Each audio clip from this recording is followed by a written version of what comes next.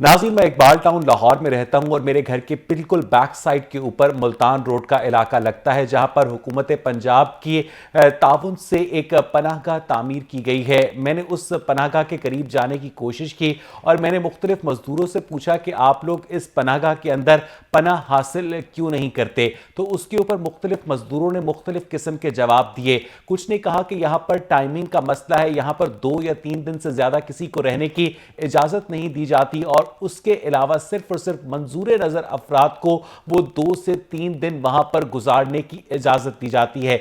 सवाल ये पैदा होता है कि अगर लाहौर शहर के अंदर मौजूद तमाम पनाहगाहें अपनी फुल फंक्शनल कैपेसिटी के ऊपर भी काम करती हैं, तो इस शहर में जो हज़ारों लोग अभी भी फुटपाथ पर सोते हैं इस शदीद सर्दी के आलम में, उनके लिए हुकूमत पंजाब की जानिब से क्या इंतजामात किए गए हैं? क्या इन पनाहगाहों की मौजूदगी में इन लोगों के ऊपर मजीद मनफी असर नहीं पड़ता कि जो कुछ लोग हैं उन्हें तो चले किसी ना किसी तरह से अकोमोडेट किया गया, लेकिन जो एक जम्मे गफीर है उन मजदूरों का जो पूरे पंजाब से लाहौर शहर में मजदूरी करने आते हैं, अंदरूने लाहौर के इलाकों में दाता साहब के इर्द गिर्द ये लोग फुटपाथों पर सोते हैं, इनमें ढोल वाले शामिल होते हैं, इनमें नशई शामिल होते हैं, इनमें तरह तरह के जो फकीर हैं वो भी पाए जाते हैं। इन सब का ख्याल रखती हुई हमें रियासत मदीना इमरान खान की नजर नहीं आती। इस अहम और गंभीर मसले पर बात करने के लिए मेरे साथ आज टेलीफोन लाइन पर मौजूद है मोहतरम यावर बुखारी साहब, सूबाई वजीर हैं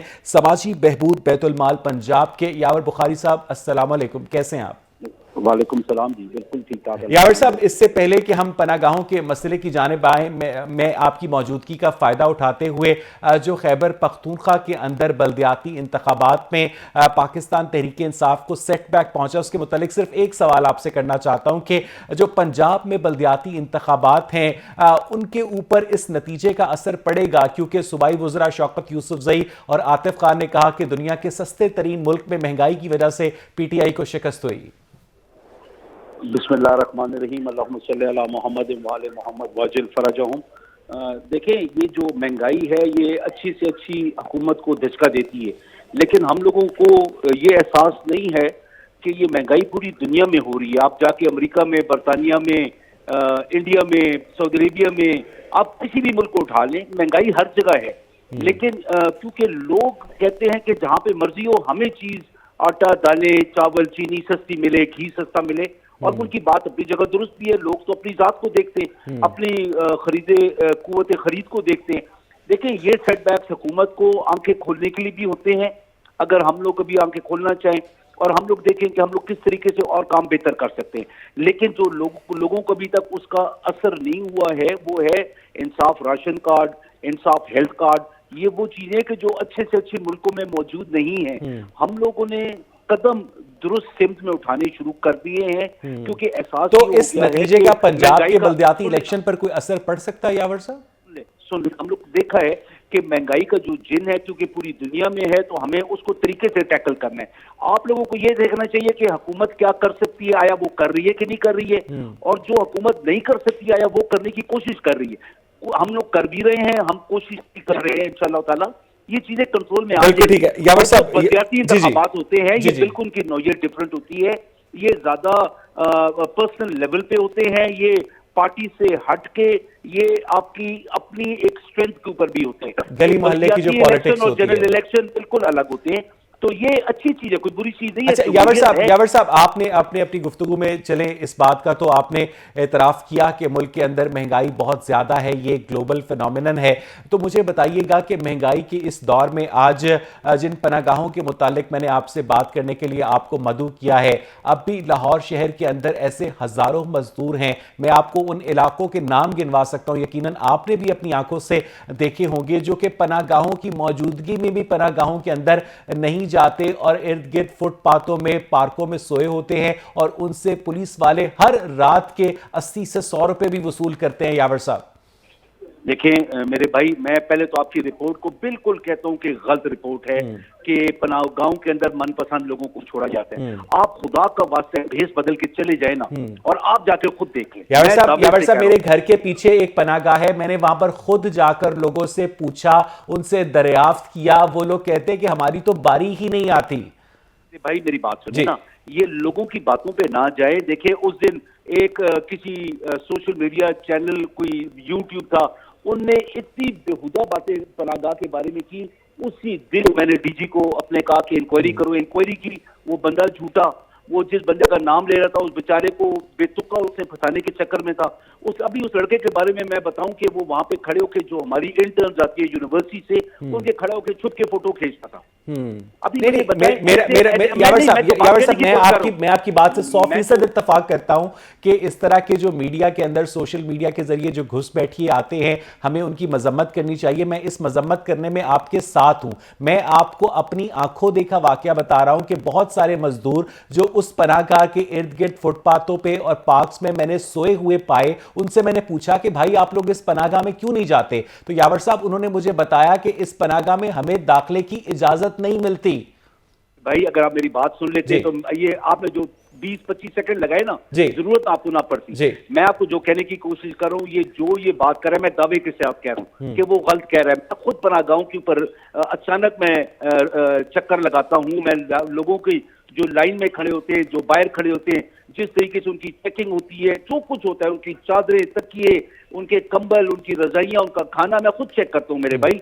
और मैं हल्फन कहता हूँ कि जिन लोगों ने ये बात की है, उन लोगों में से शायद एक अदद ऐसा हो। यावर साहब, आप एक बहुत जीरक सियासतदान और एक बहुत खानदानी आदमी है। मैं आपकी बात को आपकी फेस वैल्यू पर एज इट इज तस्लीम करता हूं। आप बिल्कुल ठीक कह रहे हैं। यावर साहब, मुझे सिर्फ ये बताइएगा कि लाहौर शहर में जितनी पनाहगाहें हैं, उनकी टोटल कैपेसिटी कितनी है और क्या वो जरूरत को पूरा कर रही हैं? यावर साहब मेरे भाई, हमारे पास इस टाइम पे लाहौर में 18 पनाहगाहें हैं।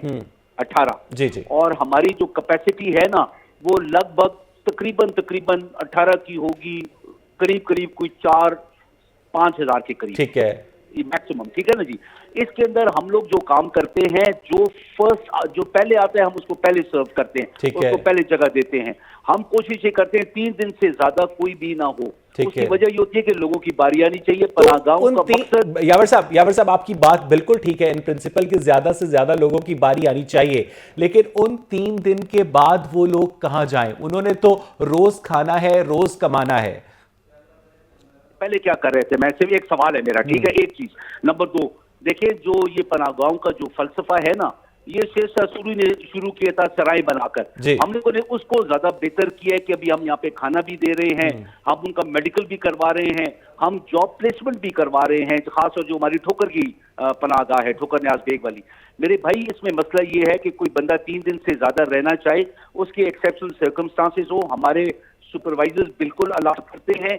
4 दिन 5 दिन से भी हम लोग तजावुज करते हैं। यावर साहब एक्सेप्शनल सुन ले। फिर ये जो हमारे लोग जो मजदूर है खास तौर पे, और आप इनसे पता कर ले, ये चंद एक अगर आपको बोले तो अलग बात है, पनाहगाह के अंदर जाएं तो वो आपको बताएंगे कई मजदूर वहां पे 8-8 दिन से रह रहे हैं, और कई ऐसे हैं कि जो एक पनाहगाह पे 3 दिन 4 दिन रहते हैं, फिर दूसरी पनाहगाह पे चले जाते हैं, फिर तीसरी पे चले जाते हैं, फिर चौथी पे चले जाते हैं, वो रोटेट करके आते हैं। यावर साहब एक इलाके के जो मजदूर हैं अमूमन दूसरी पनाहगाह तक नहीं पहुंच पाते। मुझे ये बताइएगा कि आइडियल केस सिनेरियो में अगर एक मजदूर एक पनाहगाह के अंदर 3 दिन गुजारता है तो उसे महीने के 27 दिन जो है पार्क में या फुटपाथ पे गुजारने पड़ते हैं। इसका मतलब यह है कि हुकूमत ने 3 दिन उसे पनाहगाह के अंदर पनाह दी और बकिया 27 दिन के लिए फुटपाथ पे छोड़ दिया, जहां पर उसे पुलिस वाले को हर रात 80 से 100 रुपए देने पड़ते हैं। ये उन लोगों ने मुझे खुद बताया। यावर साहब, मुझे सिर्फ जो थोड़ा सा प्रॉब्लम होता है कि आप बीच में सवाल बहुत लंबे करते हैं, अपनी स्टेटमेंट बहुत लंबी देते हैं। आप मेरे से जवाब लेना। देखिए, सबसे बड़ी बात यह है, ये पनाहगाहें जब नहीं थी, ये मजदूर क्या कर रहे थे? इस टाइम पे आप 4 से 5 हजार मजदूरों को केटर कर रहे हैं, लोगों को केटर कर रहे हैं। पनाहगाहों का जो फलसफा है कि जो लोग बिल्कुल बेयारो मददगार शहर से दूसरे शहर में आते हैं, उनके लिए केटर किया जाता है। और जो ये मजदूर है, ये अभी बीच में इजाफी बीच में आते हैं, हम उनको मना नहीं करते मेरे भाई, हम उनको केटर करते हैं। और ये मैं आपको दावे से कह रहा हूं कि बहुत कम मजदूर हैं कि जिनके 20 दिन भी पनाहगाहों से बाहर आते होंगे। ज्यादातर ऐसे हैं कि जो 3 दिन 4 दिन एक पनाहगाह पे गुजारते हैं, फिर पके दूसरी पनाहगाह पे जाते हैं, रोटेट करते रहते हैं। और आप कहते हैं ना कि पहुंच नहीं सकते, मेरे भाई लाहौर के अंदर एक मजदूर को दूसरी पनाहगाह तक पहुंचने में कितनी देर लगती है, और ये लोग कर रहे हैं। ये यावर साहब मुझे यावर साहब मेरी बात सुने कि एक शख्स जो है वो एक पनाहगाह से निकलता है और दूसरी पनाहगाह का रुख करता है, तो उस दूसरी पनाहगाह खाली तो नहीं होती ना, वहां पर भी बंदे होते हैं, वो उस पनाहगाह से निकलकर पहली पनाहगाह का रुख करेंगे। तो अगर हम एक्स को एक्स के साथ रिप्लेस कर देंगे, जो तीसरा बंदा है वो किस पनाहगाह में जाएगा? यावर साहब सुन लें, वो ये एक्सेप्शनल सर्कमस्टांसेस आप बता रहे हैं, ऐसा नहीं होता, बहुत कम ऐसा होता है। पनाहगाहों के अंदर अमूमन जगह मौजूद होती है, और अगर कोई ऐसा बंदा आ जाए, हम लोग उसको आउट ऑफ द वे जाके भी अपने तरीके से केटर करते हैं। मैं दावे से कह रहा हूँ, आप मेरे साथ, मैं लाहौर, अभी मैं इस्लामाबाद में बैठा हूँ, मैं लाहौर आ रहा हूँ, आप मेरे साथ एक दिन हर पनाहगाह के ऊपर चक्कर लगाएं और आप देखें, अगर आपको मेरी बात दुरुस्त ना मिले। मैंने यावर साहब अब तक आपकी किसी बात को नहीं कहा कि आप खुदा ना खास्ता गलत कह रहे हैं, आप बिल्कुल ठीक कह रहे हैं, लेकिन जो सवाल बार बार लोगों के जहनों में आता है पनाहगाहों के हवाले से, ये तो बिल्कुल समंदर में कतरे के बराबर है ना। जो हजारों लाखों लोग इस वक्त सड़कों पर, फुटपाथों पर मौजूद हैं, जिनका पनाहगाहों तक एक्सेस नहीं है, वहां पर गुंजाइश नहीं है 4-5 हजार से ज्यादा, वो बेचारे क्या करें यावर साहब? मैं करता क्या हूं कि मैं फुटपाथों से, मैंने खुद कम से कम 4 लोगों को मैंने इनकरेज किया, 3 को तो भिजवाया, एक को मैंने, वो उसके कोई केस का मसला था, वो सेक्रेटेरिएट के सामने फुटपाथ पे था, मैंने उसको अगले दिन उठवा के मैंने भिजवाया। अभी देखिए, होता ये है कि हम भी इंसान है, 2 आंखें हैं, 2 हाथ, 2 पाँव हैं, जहां पे हमारे ऑफिसर्स देखते हैं फुटपाथ पे किसी को, हम उनको उठा के पनाहगाहों में लेके जाते हैं। अभी हमने जो दूसरी ड्राइव शुरू की है स्लीपिंग बैग्स की और कंबलों की और तकियों की, वो हमने पिछले दोनों तकरीबन, यावर साहब ये बहुत खूबसूरत काम होगा, ये वो काम होगा जिसकी वजह से उन गरीबों को सर्दी से बचाने का काम अमली तौर पर पाया तकमील तक पहुंच सकेगा। लेकिन प्लीज मेक श्योर कि ये लोग जो पार्क्स में और फुटपाथों पे सोते हैं, जिनको आप लोगों के प्रोवाइडेड कंबल या स्लीपिंग बैग्स मिलते हैं, तो उन्हें पुलिस वाले बहुत तंग करते हैं, उनसे पैसे लेते हैं। यावर साहब मेरे भाई, एक तो हर जो इदारा है उसका आवे का आवा बिगड़ा हुआ है ना, ये पिछले 50 साल सर आप लोगों ने 7 आईजी बदले हैं, फिर भी आपकी पुलिस ये कर रही है।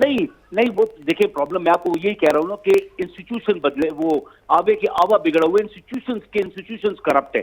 अभी प्रॉब्लम ये होता है, हर कोई इस चक्कर में होता है कि मैं रातों रात अमीर हो जाऊं, जबकि हम लोग ये दावा करते हैं, या रसूलुल्लाह हम आपसे इश्क करते हैं, हम आपसे प्यार करते हैं, लेकिन रसूलुल्लाह की बातों को तो हम नहीं मानते हैं ना। तो हम लोग जो बदनसीब लोग हैं कि हमारे पास आका मौला हमारे इतने अजीम, उनकी जो अमल इतना अजीम, कुरान पाक इतना अजीम, लेकिन आप देखें कि ये जो लोग इस तरीके से सो रहे होते हैं, हम लोग जो अपने 5 स्टार घरों में बैठे हुए हैं, छोटे घर में बैठे हैं, बड़े में बैठे हैं, हम भी तो कहीं जगह दे सकते हैं, लेकिन क्योंकि जमाना नफ्सो नफ्सी का है, हुकूमत रियासत कोशिशें कर रही है। हम लोगों की शुरू में 5 बनाई गई थी, आज नहीं यावर साहब, ये जो पुलिस वालों के जुल्म सितम का शिकार होते हैं, इन पुलिस वालों को आप खौफे खुदा दिलाने के अलावा कोई महकमाना कार्रवाई भी करेंगे इनके खिलाफ? हम अभी पुलिस रिफॉर्म्स कमेटी दोबारा फॉर्म हो चुकी है, हम पुलिस रिफॉर्म्स के ऊपर पूरा जोर डाल रहे हैं कि हम लोग इनके रवैये को तब्दील करें, इनके अंदर एहसास जिम्मेदारी लाएं, एहसास इंसानियत लाएं, इनके अंदर एहसास कयामत लाएं। आखिरी सवाल यावर साहब कि इन पनाहगाहों के अंदर जो नशई होते हैं वो भी पनाह हासिल कर सकते हैं रात को? देखिए, नशोइयों को कभी भी अलाउ नहीं किया गया, उनको रिहैब सेंटर भेजा जाता है। अच्छा। जो हमारे इंस्टीट्यूट ऑफ मेडिकल हेल्थ में है, ठीक है, मेंटल हेल्थ में है। हम लोग नशोइयों को वहां पे, देखिए हर जगह कैमरास लगे हुए हैं, हर जगह कैमरास लगे हुए, कहीं भी गुंजाइश नहीं है 2 नंबर काम करने की। बहुत शुक्रिया यावर बुखारी साहब। सूबाई वजीर समाजी बहबूद और बैतुल माल, उनका यह कहना था कि इस वक्त लाहौर शहर में जो गुंजाइश नहीं है, गुंजाइश कम है लोगों की, उनको गवर्नमेंट की जानिब से स्लीपिंग बैग्स और कंबल भी प्रोवाइड किए जाएंगे। मुझे यहां पर एक ब्रेक लेनी है, स्टे विद अस।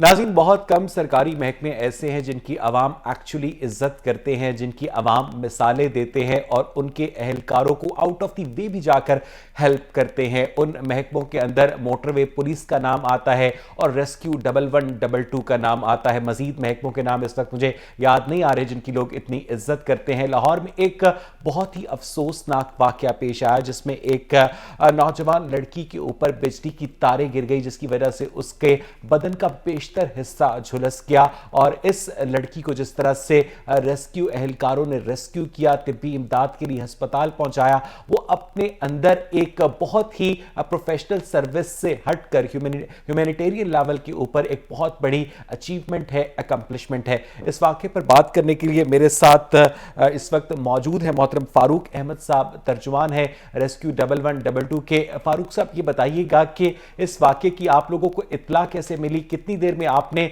रिस्पॉन्स दिया?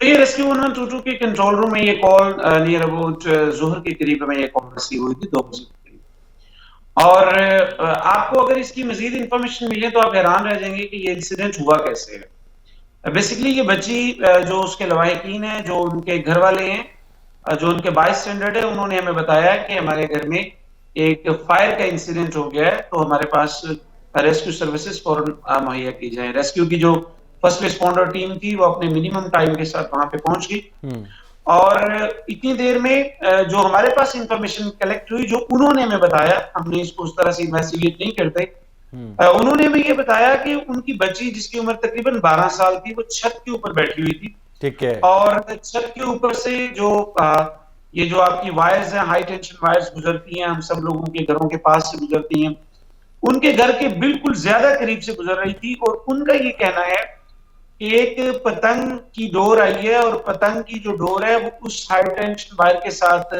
टच हुई है और उसके टच होने से उसमें से करंट पास हुआ है और वहां पे एक शॉर्ट सर्किट हुआ है और जिसके नतीजे में आग लगी है। और वो बच्ची जो है वो जो मेरा ख्याल है, जो कॉमन सेंस की बात है, वो किसी भी तरह से वो डोर और इस सारे के सारे जरिए में वो बच्ची अफेक्ट हुई और वो तकरीबन उसका जिस्म जो है वो 70-80% से ज्यादा जल गया, बर्न हो गया।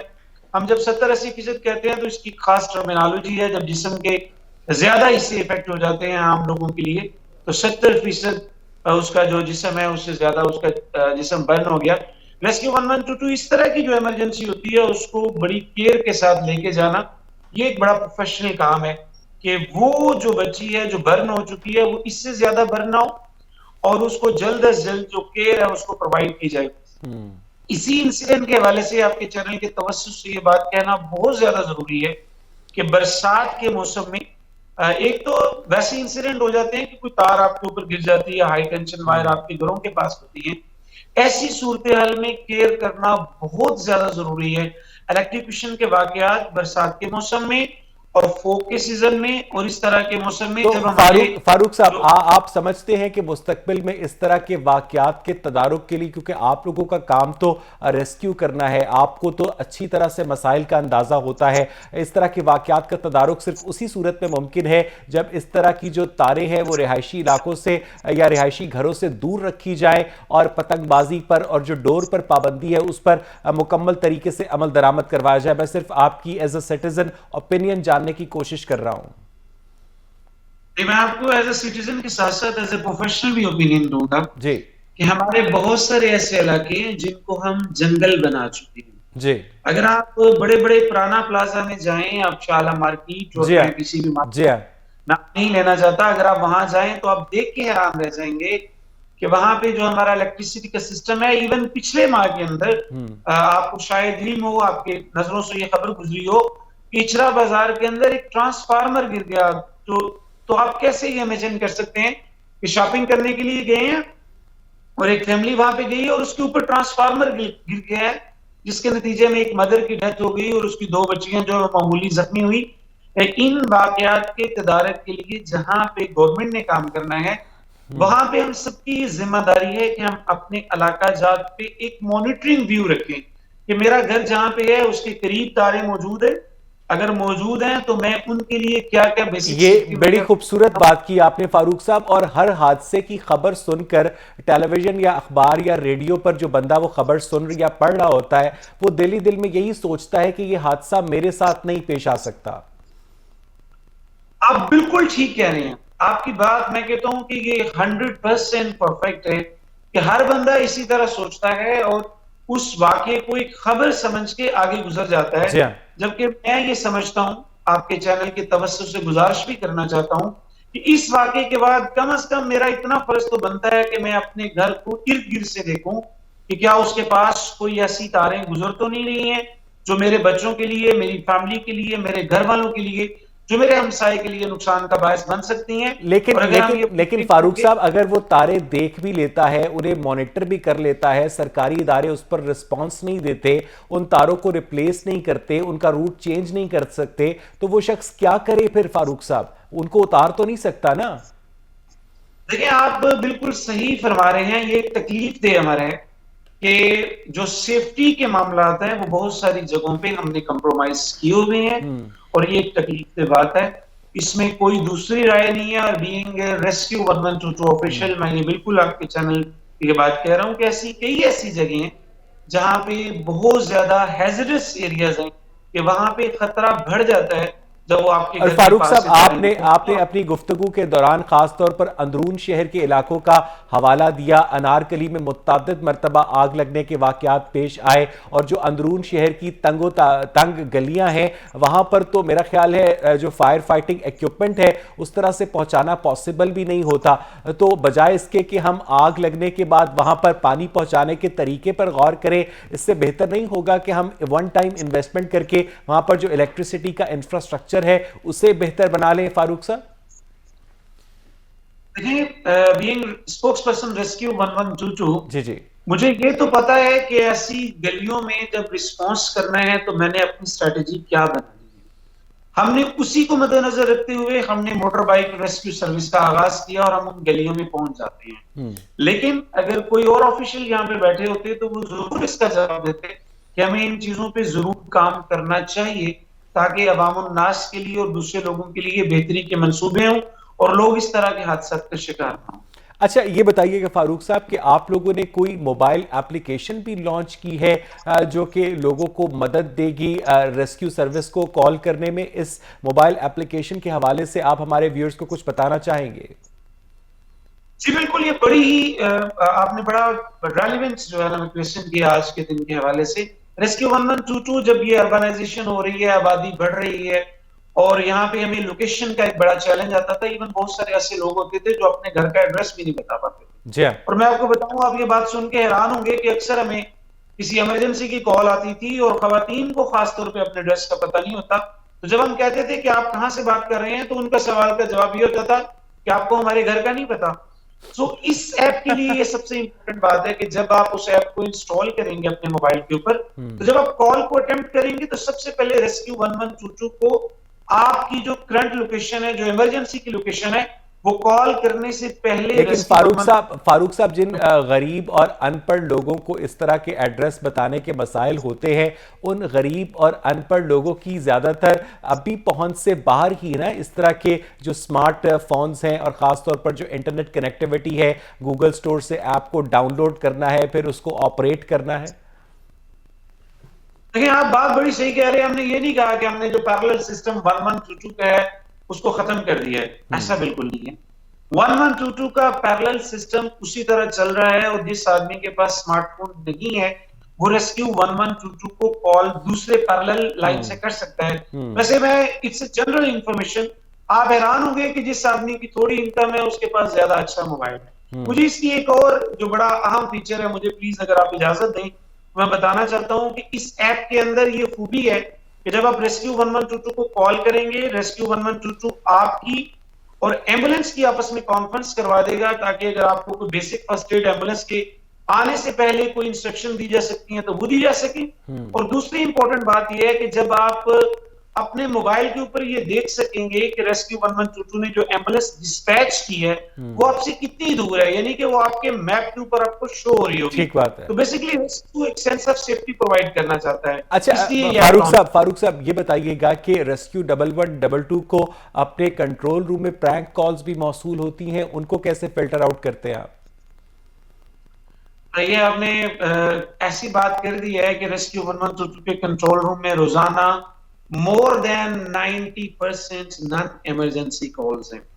हम उन कॉल्स के ऊपर मुख्तलिफ किस्म के फिल्टर्स लगाते हैं और हम बहुत सारे नंबर्स ब्लॉक करते हैं, बहुत सारे नंबर्स की रिपोर्ट करते हैं।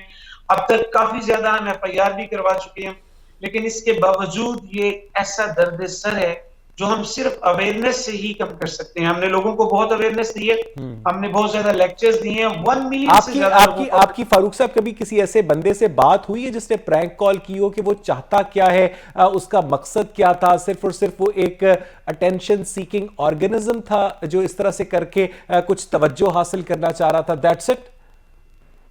देखिए, बेसिकली एक तो आप ये समझ सकते हैं कि ये कम्युनिटी का एक कॉमन रिफ्लेक्शन है, जो जब भी इजी होते हैं वो 1122 पे कॉल कर देते हैं। और आप ये सुन के हैरान हो जाएंगे कि इस नंबर के ऊपर जो अनवांटेड कॉल्स हैं वो 55% फीमेल की हैं।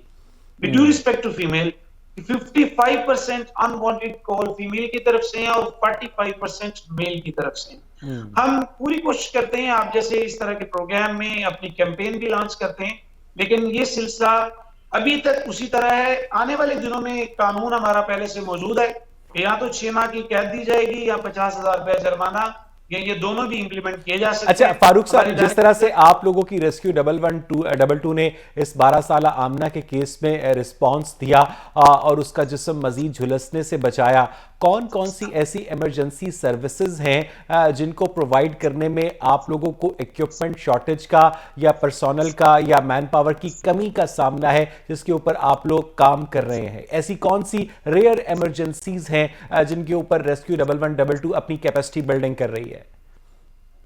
देखिए, रेस्क्यू 1122 के पास पहले एम्बुलेंस सर्विस थी, फिर फायर सर्विस आ गई, अब मोटर बाइक रेस्क्यू सर्विस आ गई है, और अल्हम्दुलिल्लाह वज़ीर उस्मान बुज़दार साहब ने अनाउंस किया है अनकरीब एयर एम्बुलेंस सर्विस भी आ जाएगी। लेकिन मैं आपको बात बताऊं कि हमें कैपेसिटी का इशू नहीं होता, हमें कोऑपरेशन का इशू होता है।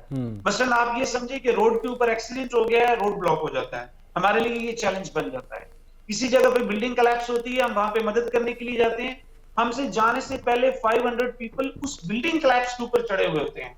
तो हमें अपनी कम्युनिटी से कोऑपरेशन चाहिए, और हमारी कैपेसिटी अल्हम्दुलिल्लाह अल्हम्दुलिल्लाह रेस्क्यू 1122 की टीम इस वक्त दुनिया की बेहतरीन टीमों में से एक है। और इस वक्त इंसराग एक international search and rescue advisory group है, जिसमें पाकिस्तान साउथ एशिया की पहली टीम है जो इंटरनेशनल फोरम्स के ऊपर। अच्छा फारूक साहब, ये बताइएगा फारूक साहब ये बताइएगा कि रेस्क्यू 1122 की जो गाड़ियां इमरजेंसी को रिस्पॉन्ड कर रही होती हैं, उस असना में अगर वो सड़क के ऊपर किसी गाड़ी को हिट कर देती हैं, किसी मोटर बाइक को हिट कर देती हैं, तो उसका नुकसान आप लोग भरते हैं? देखिए, जब कोई गाड़ी रोड के ऊपर आती है तो रोड के ऊपर एक्सीडेंट्स भी होते हैं। मैं इस बात को रूल आउट नहीं कर सकता कि रेस्क्यू 1122 की एम्बुलेंस गाड़ी रोड के ऊपर आए और एक्सीडेंट ना हो। एक्सीडेंट्स होते हैं, ये कोई ऐसी बात नहीं है, इक्का दुक्का एक्सीडेंट्स होते हैं। लेकिन यकीन करें, हमने इस चीज को इतना कम किया है कि हमारे ड्राइवर्स के ऊपर इतना चेक एंड बैलेंस है। मैं आपको इन्वाइट करता हूँ बाकायदा, हमारे पास जो सॉफ्टवेयर है वो इस बात के ऊपर भी अलर्ट जनरेट करता है जब कोई हार्श ब्रेक लगाता है, जब कोई अर्बन एरियाज के अंदर एक स्पीड को लिमिट को जो ही वायलेट करता है, कंट्रोल के अंदर एक अलर्ट जनरेट होता है, तो कंट्रोल फौरन उस एम्बुलेंस के साथ राब्ता करता है कि ये आपने क्या कर दिया है। ऐसे बहुत इक्का दुक्का वाकयात हैं, बहुत कम वाकयात हैं जब रेस्क्यू 1122 की एम्बुलेंस को किसी के साथ इस तरह का एक्सीडेंट हुआ हो। लेकिन अगर कभी भी कहीं पे ऐसा कोई एक्सीडेंट हुआ है तो हम अपने लोगों की रिस्पेक्ट करते हैं और मामला को अफाम तफहीम से हल करते हैं। नहीं, अफाम तफहीम से क्या मुराद है? आप उनको मॉनेटरी कंपनसेशन पे करते हैं? ये महकमा जाती पॉलिसी है या नहीं? देखिए, मैं आपको जो अर्ज कर रहा हूं वो ये है कि ऐसा कोई वाकया मेरे ज़हन में है नहीं है कि किसी जगह पे रेस्क्यू 1122 की एम्बुलेंस ने किसी शख्स के साथ एक्सीडेंट किया हो और उसमें रेस्क्यू की जो एम्बुलेंस है वो गिल्टी डिक्लेयर हुई हो। मैं आपको पहले कह चुका हूं कि हमारा एक इतना टाइट मॉनिटरिंग सिस्टम है कि हर एम्बुलेंस के अंदर ट्रैकर मौजूद है, हर मोटर बाइक के अंदर ट्रैकर मौजूद है, और वो जो ही वायलेट करता है उसका एक अलर्ट जनरेट होता है। अच्छा, कंट्रोल रूम के ये बताइएगा फारूक साहब कि आपको याद होगा कि कुछ अर्से पहले गुलशन इकबाल में एक घर के अंदर ऑक्सीजन सिलेंडर फटने से वो घर की पूरी छत बैठ गई थी। वहां पर जब रेस्क्यू एहलकार पहुंचे तो लोगों की जानिब से जो मदद करने का जज्बा है, मदद करने की ख्वाहिश है, उसकी वजह से रेस्क्यू वर्कर्स को बहुत सारा डिफिकल्टीज का सामना करना पड़ा और लोगों के साथ उनकी तू तकार भी हुई। इस तरह की सिचुएशंस को अवॉइड करने के लिए आप लोग क्या पुलिस की मदद लेते हैं फारूक साहब? देखिए, जब ऐसी इंसिडेंट्स होती हैं तो पुलिस उस एरिया को कॉर्डन ऑफ करती है, लेकिन आपको बताऊं कि पाकिस्तानी लोग मदद करना चाहते हैं और वो भाग के वहां पे जाते हैं। उन्हें इस बात का एहसास नहीं होता कि अगर एक बिल्डिंग गिरी हुई है, जैसे आपने गुलशन इकबाल की बात की है, तो जब हम उस बिल्डिंग के ऊपर भाग के चढ़ेंगे तो हर आदमी का जो नॉर्मल वेट है 60-70 केजी है, तो उसके ऊपर वेट बढ़ जाता है। पुलिस हमारी मदद करती है और कई दफा वाकयातन पुलिस को एक्टिवली वहां पे रोल प्ले करना पड़ता है ताकि जो गैर जरूरी लोग हैं वहां से छट जाएं और हम लोगों की बेहतर मदद कर सकें। तो फारूक साहब, आप क्या लोगों को पैगाम देना चाहेंगे कि ऐसी सिचुएशंस में उनका जो मदद करने का जज्बा है वो क्या 1112 के एहलकारों को आगे जाने में फौकियत दें और खुद को पीछे रखें? देखिए, ऐसी किसी इमरजेंसी में मैं सब लोगों से ये अपील करूंगा कि सबसे इंपॉर्टेंट बात यह है कि आप खुद अंधाधुंध उस इमरजेंसी में दाखिल ना हो, कहीं ऐसा ना हो कि आप खुद अगले विक्टिम बन जाए। पहली बात यह है, आप उस एरिया को कॉर्डन ऑफ कर लें और प्रोफेशनल मदद की आने का इंतजार करें। और जब हम वहां पे पहुंचते हैं, हमें 5 से 7 मिनट लगते हैं, हम अल्हम्दुलिल्लाह पहुंच जाते हैं, तो फिर आप रेस्क्यू को असिस्ट करें और हम आपसे बेहतरीन असिस्टेंस लेंगे और लोगों की जानें बचाने में आपके किरदार को अप्रिशिएट भी करेंगे और लोगों को बर वक्त वहां से रेस्क्यू भी करेंगे। बहुत बहुत शुक्रिया फारूक अहमद साहब, तर्जुमान रेस्क्यू 1112। अपने कीमती वक्त आपने हमें दिया। उन्होंने मुख्तलिफ जो रेस्क्यू के फैक्टर्स थे उन पर रोशनी डाली। इस पर भी हम आपका शुक्रिया अदा करते हैं। इस सारे मामले पर ये जो लड़की झुलसी थी लेस्को की तारों की वजह से, बात करने के लिए मेरे साथ इस वक्त टेलीफोन लाइन पर मोहतरम अदनान अजीज मौजूद हैं, सीनियर कॉरेस्पॉन्डेंट है लाहौर रंग के। अदनान, ये बताइएगा कि इस वाक़े को इन्वेस्टिगेट किया जा रहा है, क्या लेस्को की ही नाअहली थी जिसकी वजह से ये जो तारे हैं ये इस लड़की के ऊपर गिरी और ये लड़की झुलसी? अब सबसे पहले तो मैं ये बात करूंगा कि जो तरक्की याफ्ता जो ममालिक में ना ये चीज होता है कि वो हादसात से बहुत कुछ सीखते हैं। जहाँ पे आज ये वाक़या पेश आया, चूंकि अमर सद्दू के इलाके में, यहाँ पे आज से तकरीबन 6 माह पहले ऐसा ही वाक़या पेश आया था। 6 माह से बल्कि तकरीबन 7 माह पहले, कि वहां पे ऐसी तारे टूट के गिरी थी। जी हाँ, मुझे अच्छी तरह याद है, बिल्कुल ठीक है, याद होगा। और 2 बच्चों की डेथ हो गई थी वहां पे, और वो बकायदा घरों के मीटर तक झुलस गए थे। और उसके अलावा वहां पे लोगों के घरों में भी करंट आता है। पहली बात तो वहां से भी जो महकमे है उन्होंने इस पे सिर्फ एक फॉर्मेलिटी के लिए इंक्वायरी कमेटी तश्कील दी। उसमें जीएसओ का अमला बैठ गया, पीडीसी का बैठ गया, लेस्को ऑपरेशन विंग बैठ गया कि जी हम इसका कोई लाहेअमल निकालते हैं। ना चाहते हुए भी इसका जो हल है वो नहीं निकल सकता हमारे मुल्क में। उसकी वजह ये है कि जो तरक्की याफ्ता ममालिक है वहाँ पे जो 11 के भी जो तार इस्तेमाल होती है ना अवैस, वो जेर जमीन के लिए बनाई गई है। जी। और हमारा अलमिया ये है कि हमारी जो 11 के भी तारें हैं वो गलियों में से गुजर रही है। हमारा अलमिया ये है कि जो 11 के भी तारें हैं जो वो गलियों में से गुजर रही है। उसके अलावा जो 11 के भी तो आप एक साइड पे कर दें, जो छोटी तारें हैं जैसे कि जो केबल्स हैं जहां से आपके जो फीडर से होकर जो आपके घरों को जाती है, जो ट्रांसफार्मर से, उसके भी तारों के इतने जाल है। सिर्फ वहां पे एक लेस्को ने एक स्कीम मुतारफ कराई थी कि जहां पे तारों के जाल होंगे ना तो वहां पे ये गोला केबल डाल देंगे। अब गोला केबल डालने का भी हमारे जो लेस्को के जो मुलाजमीन है उन्होंने क्या सिस्टम निकाल दिया कि सिर्फ वहां पे गोला डालते हैं जहां से उनको पैसे मिलते हैं। ठीक है, यानी बगैर रिश्वत के ये काम नहीं होता। बगैर रिश्वत के नहीं। अब ऐसे अगर आपकी गली में तारे के जाल लटक रहे हैं ना तो आप जितनी मर्जी कंप्लेन कर ले जी मेरी तारों का हल निकाल दे, वो कहे ठीक है जी आप फी कर 2000 रुपए दें तो 100 मीटर का गोला डाल देंगे। अब वो एक मीटर सर्कट जो है वहां से 50 से 60 हजार कमा के चला जाता है। हालांकि ये कंज्यूमर का राइट है, कंज्यूमर का हक है कि लेस्को जो है वहां पे तारे डालने का मजाज है। तारे वहां पे उसने डालनी है और गोला केबल उसने डालनी ताकि तारों को जा सकम वो स्पार्किंग ना हो और गर्मियों में लोड शेडिंग ना सामना करना पड़े। अदनान, मुझे आपसे इस सारे मामले का एक लीगल एंगल भी डिस्कस करना है कि एक शहरी जिस तरह से ये 12 साल बच्ची आमना, इसके जिस्म का 80% हिस्सा झुलस गया, तो क्या इसके पेरेंट्स या ये खुद जो है ये डैमेजेस क्लेम कर सकती है लेस्को से? बिल्कुल ये वैसे कर सकती है डैमेज क्लेम, लेकिन यहाँ पे अलमिया ये है कि जहाँ से तारे गुजर रही हैं, चूंकि ये मसदू का जो इलाका है वहां पे जो तारे गुजर रही हैं वो जो जितनी भी वहाँ पे आबादी है ना, कच्ची आबादी, वो सारी रेलवे की राजी है या वो सरकारी राजी है। मैं एक जनरल बात कर रहा हूँ, मैं उसमें ये लेस्को मैं जो बात है वो कर रहा हूँ क्योंकि जीएसओ की तारें ऊपर से गुजर रही है।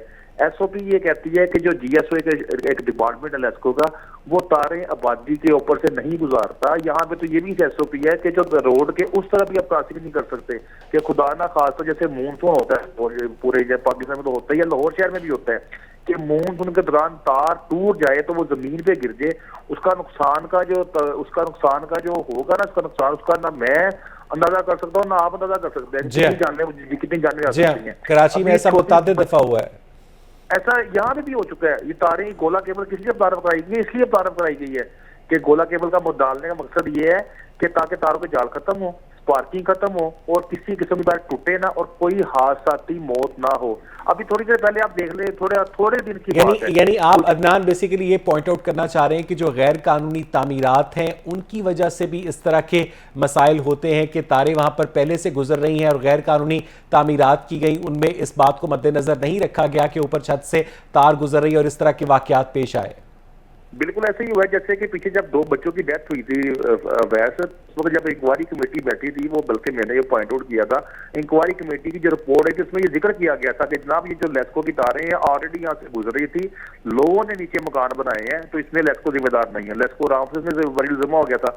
लेकिन ये भी गलत है, अगर लेस्को वहां से अगर बड़ी जुम्मा हो गया था तो जीएसओ का काम ही यही है कि अगर आबादी का जो कंजस्टेड एरिया है जहां से 11 की तारें गुजर रही हैं, वहां से तारें गुजारने की बजाय वहां पे जेर जमीन कर दे, या वहां पे जो तारों के जाल है वो खत्म कर दे, खत्म करने की बजाय वहां पे फीडर चेंज कर दे।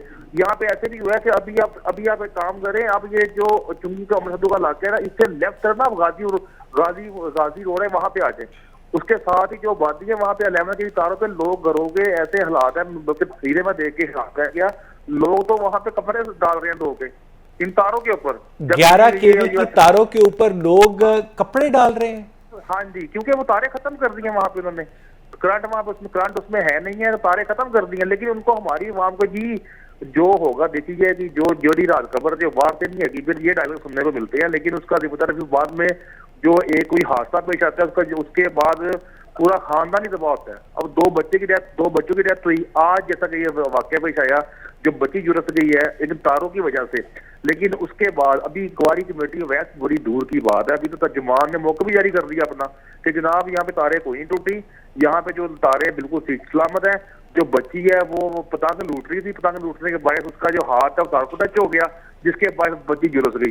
लेस्को ने तो आज ही जांच करवा ली है, इंक्वायरी कमेटी तो बड़ी दूर की बात है। तो ऐसे मामलात में अदनान पुलिस इन्वेस्टिगेशन नहीं होती, पुलिस इन्वॉल्व नहीं होती? नहीं, ऐसे मामलात में अगर मदई यानी कि मैं अपने पॉइंट ऑफ व्यू से बता रहा हूँ, अगर फॉर एग्जांपल अगर जो कंज्यूमर है वो अगर कंप्लेन कर दे जनाब ये लेस्को के पास हमारा ये लेस्को की वजह से हमारा नुकसान हुआ है, तो लेस्को पे एफआईआर होती है, जीएसओ पे उनको एक बकायदा उनको नॉमिनेट किया जाता है कि आपके जनाब ये मामला हुआ है।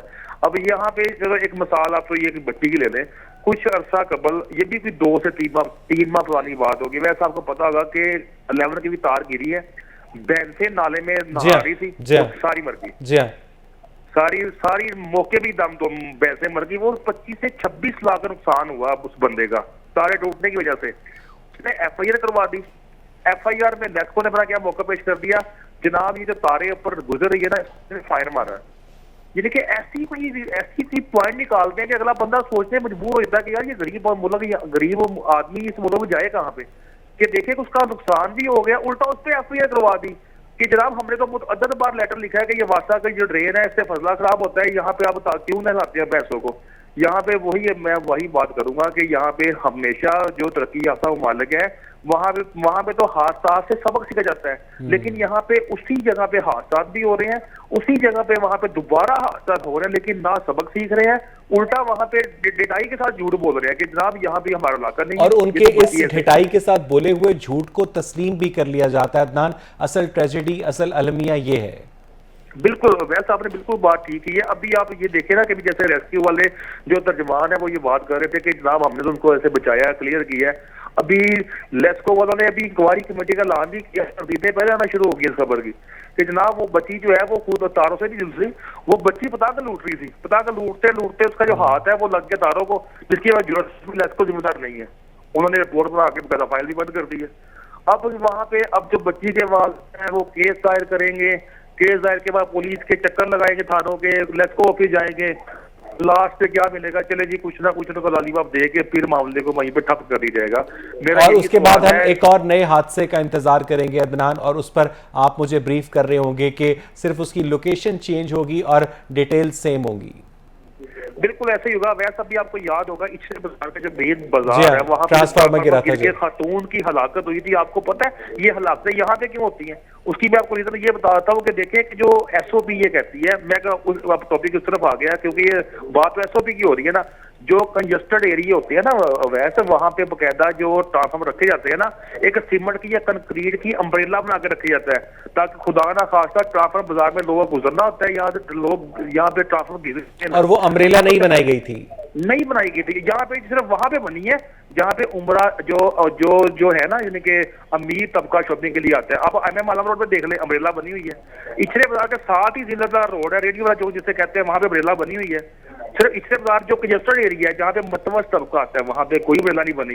डिफेंस में जो गाजी रोड है वहां और पे यही सबसे बड़ी ट्रेजेडी है। बहुत बहुत शुक्रिया अदनान अजीज, रिस्पांस दे रहे थे। उन्होंने हमें बताया कि जो अमीरों के शॉपिंग करने के एरिया हैं वहाँ पर तो ट्रांसफार्मर्स जो है अम्ब्रेला के अंदर है और गरीबों के पास इस तरह की फैसिलिटी नहीं है। एक और लड़की जो है इस वक्त ज़िंदगी और मौत की कशमकश में है और लेस्को की जानिब से बयान जारी कर दिया गया है कि उस लड़की ने खुद तारों के करीब जाने की हिम्मत की थी। यानी मुंसिफ ने ये दलील भी मान ली कि जो मकतूल है वो खुद अपने आप से खंजर की नोक के ऊपर गिरा था। मुझे यहाँ पर एक ब्रेक लेनी है, स्टे विद अस।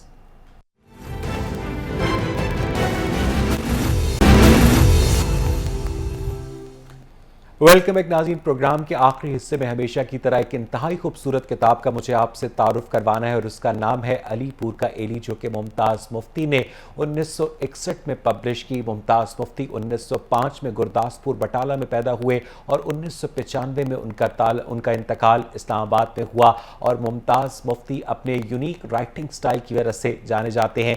ये जो नावल है अलीपुर का एली, इसे उनका ऑटोबायोग्राफिकल नावल कहा जाता है। और बाद में 1990 की दहाई में मुमताज़ मुफ्ती ने इस बात को तस्लीम भी किया कि इस नावल में जो इलियास का किरदार है वो उनकी अपनी ज़ात की अक्कासी करता है। ये नावल एक ऐसे बच्चे की कहानी है जो अपने बाप की जिनसी ज़िंदगी की वजह से औरत को देवी तसव्वुर करता है और औरत के करीब जाते हुए हिचकिचाता है। उसकी ज़िंदगी में जो नशेब व फराज आते हैं, इस साइकोलॉजिकल डायलेमा की वजह से उन्हें जिन मुश्किलात का सामना करना पड़ता है, अलीपुर का एली उस तमाम मुश्किलात को, उन तमाम मुश्किलात को D.H. लॉरेंस के स्टाइल में बयान करती है। और जो मुख्तलिफ किरदार है उनका आपस में जो नफ्सियाती तालमेल है, उसके ऊपर जिस तरह से मुमताज़ मुफ्ती ने कमाल महारत के साथ और ज़बान व बयान की नुदरत के साथ रोशनी डाली है, वो भी अपने आप में पढ़ने में ताल्लुक़ रखता है। अल्लख नगरी इस नावल का दूसरा हिस्सा करार दिया जाता है, जो कि मुमताज़ मुफ्ती की ज़िंदगी की ही खुद नविश्त का दूसरा हिस्सा है। जब अलीपुर का एली पब्लिश हुआ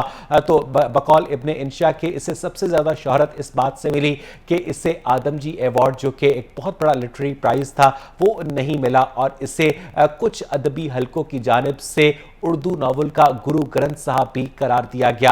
अब सवाल ये पैदा होता है कि अलीपुर का एली जो है वो किस तरह से मुमताज़ मुफ्ती की ज़िंदगी को रिफ्लेक्ट करता है। मुमताज़ मुफ्ती ने इस बात का जवाब अपने इंटरव्यूज़ में भी दिया और कहा कि उन्होंने हरगिज़ भी ये कोशिश नहीं की, उन्होंने बल्कि मकामात के नाम तक असली रखे कि वो अपनी ज़ात को मख्फी रखें। इस नावल का और इस बयानिए का मकसद सिर्फ और सिर्फ ये है कि जब आप किसी को कोई ऑब्जेक्टिव ट्रुथ बता रहे होते हैं तो उसके अंदर रिश्तों की सब्जेक्टिविटी इन्वॉल्व नहीं होनी चाहिए। इसके साथ ही बोलता लाहौर देखने के लिए शुक्रिया।